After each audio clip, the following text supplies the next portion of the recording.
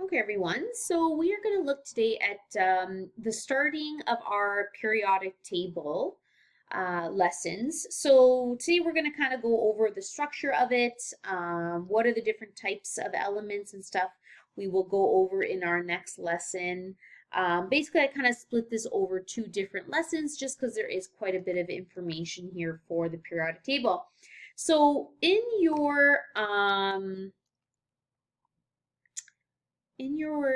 D2L, you also have access to a periodic table. Okay, so it looks like this, and it's difficult for me to show this all in one shot. Okay, so your periodic table of elements. So obviously, I would suggest that you can print this off if you'd like. It also has the periodic table of ions on the back side, which we'll use a little bit later on in this unit. But essentially, you have a copy that's there for you. There's also a lot of awesome sites that have electronic periodic tables. So one that I would recommend using is called ptable.com. And I'll kind of just show you what it looks like here. Yeah, so it's ptable.com. And when you go to it, it's basically a visual of, oh, I don't know why I clicked on that.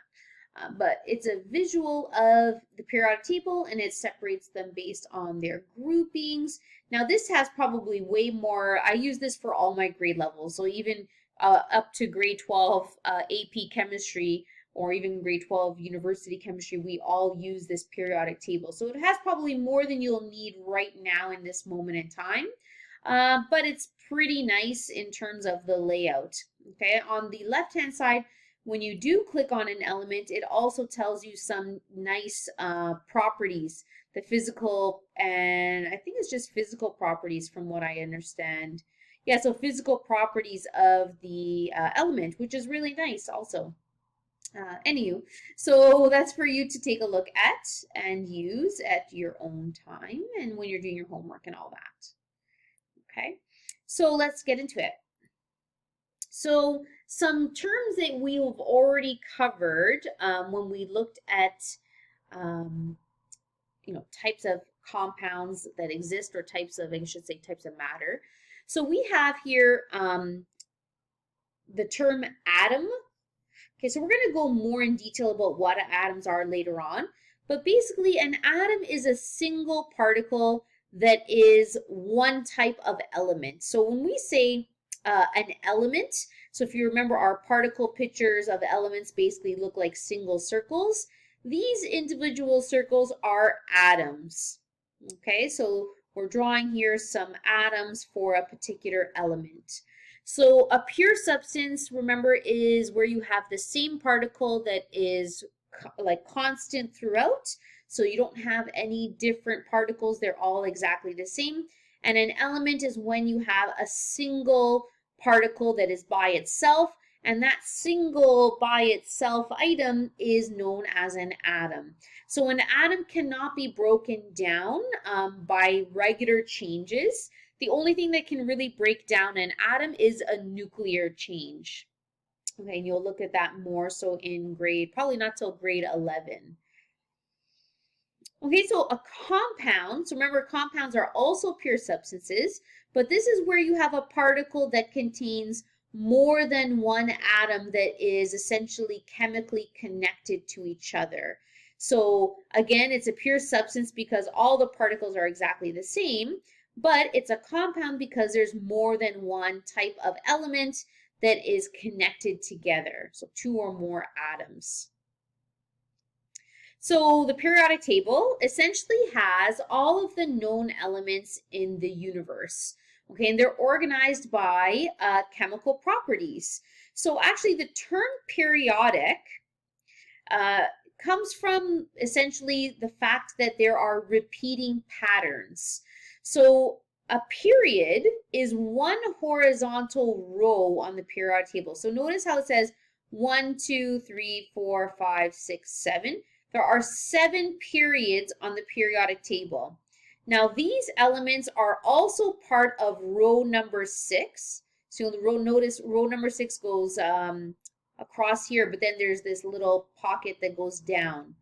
So row number, and it even says 6 here as well. So row number 6 and 7 continue kind of down here, and then it will pick up over here on this side. So literally this is just taken out. These are their own groups on the periodic table. They're kind of like their own little thing. They behave very similar to one another based on their properties. But in terms of why aren't they put here, it's literally just to make the periodic table look more condensed. So if these were placed in here, you would basically have a long row where there's only, like a long section where there's only these 2 rows, and then this big chunk would be pushed all the way down to the right. So it's just in terms of making it look nice. But anyways, there are repeating patterns here. So periodic table, it stands for the periods, which are the rows, and each row essentially shows a similar pattern. You can kind of almost see with the colors, like orange, yellow, blue, blue, green, green, green, pink. Orange, yellow, we have this pale pink color, blue, blue, green, green, pink. Anyways, the colors obviously mean something, and there's more to this than what I'm saying right now.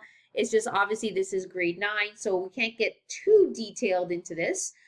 You learn more and more about the periodic table with each year that you continue taking chemistry. So chemistry is cumulative. So what you learn in grade 9, we build on it in grade 10, we build on that in grade 11, etc., etc. Okay? But in general, there are repeating patterns. And of course, let me go back to that. So these are all of the current known elements. Now, a lot of these elements that are down here that are kind of grayed out. Okay, sorry, I had to pause the video there for a second. So a lot of the elements that are here that are grayed out are elements that have been man-made, okay? So they're not naturally formed. And actually, to be honest, a lot of these that are down here are also in the same position. However, they have been stabilized and have been used more frequently throughout the years. Now, why would people want to continuously try to make new elements? The main reason is to try to develop an atom that can really be used to create nuclear energy, okay? A lot of the elements that are naturally produced, like they're found naturally, such as uranium, are used in nuclear energy production. However, it's a limited resource, right? We only have a certain amount of uranium that is on Earth and that can be mined and that can be used. So obviously scientists are trying to come up with different elements that could be used for the same purpose that we can generate for years to come. So, like I mentioned, they are organized by, the elements in the periodic table are organized by their chemical properties, and we'll delve into that a little bit more later on. So the person who created the first periodic table, and this was in the 1800s, was Dmitry Mendeleev, or Mendeleev. I'm not sure the correct pronunciation, but a Russian scientist. And essentially how he decided to do this is he organized them by atomic mass. Now, if you look at the periodic table, what happens is as you go from left to right, the elements are getting heavier and heavier. So let me just move this up for a second so we can get to this link. Right? So for example, here we have a mass. So the number that's in the bottom left here is the mass number. So for example, going from left to right, we have 39 and then 40, 45, roughly 47.8, 50, 52. So as it gets higher and higher going from left to right, the elements are getting bigger and bigger in terms of mass. Now, so how Mendeleev did this was organizing it by atomic mass, but actually in more modern times, it follows the same pattern, but we refer to it as the atomic number increasing. So if you look here, the number that's in the top left corner, and we'll go into this later on, but the atomic number tells us the number of protons inside of the atom. So we go 19, 20, 21, 22, 23, 24, etc., etc. Okay. Now, at the time when he first put this together, you have to imagine in the 1800s, not all of the elements had been discovered yet. So the periodic table of elements that we have now was not nearly complete. So what he ended up doing was he left blanks in his periodic table. So meaning, let's say we had atomic number 19 and 21, but we're missing number 20. What he did is he essentially hypothesized that there probably is a number 20 out there, but it just hasn't been discovered yet. So he left a blank for it. He left a blank spot. And then later on, actually after he passed away, a lot of the elements were discovered and he was proven to be correct. So essentially, they filled in the gaps that were left behind. So this is just a rough example just to show you. So these were known elements at the time, their atomic masses. So we have elements that are missing here, right? So these were not known at the time, but then of course they were discovered, and over time we filled in the gaps. So like I mentioned, so this is very like earth-shattering, right? Nobody had thought to even do something like this. And it's funny, even though the rough drafts have changed a little bit, so meaning we do atomic number instead of atomic mass, the idea is still there.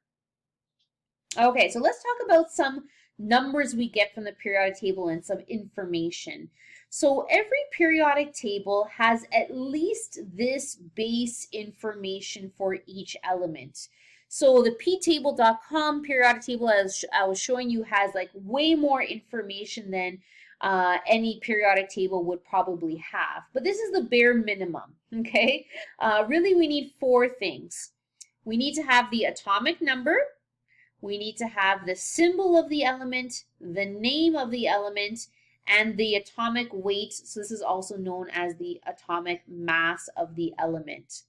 Now the location of this can be different. So sometimes they're the top left corner, top right corner. Maybe these two are swapped. But normally each periodic table has a legend that you can look at so you can see where that information is. So for example, I thought I had my other periodic table open. Let's open that one up.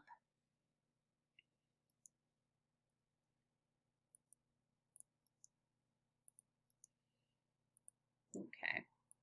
So for example, right, so here is our legend on the scanned in one that I have for you. So the atomic number, the element symbol, the element name, and then the atomic mass. So this has additional element about ion charges, which we don't know about right now, but we will eventually.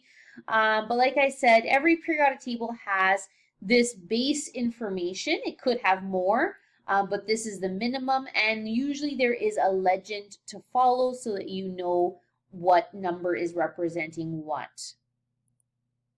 Okay, so the atomic number, which is the number that is in this case, the number on top, tells us the number of protons that are found in that specific atom of that element.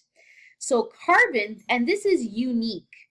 So these numbers are unique. So only carbon, of all the elements that exist, carbon is the only element that has 6 protons. If you have 7 protons or 5 protons, those are different elements. Every element has its own unique value. So going here, like I mentioned, the atomic number, literally the atomic number changes as you change the element, right? So here's our carbon with the 6. So when you are doing the atomic number really tells you what the element is. So if I said atomic number 20, that has to be calcium. It can't be anything else.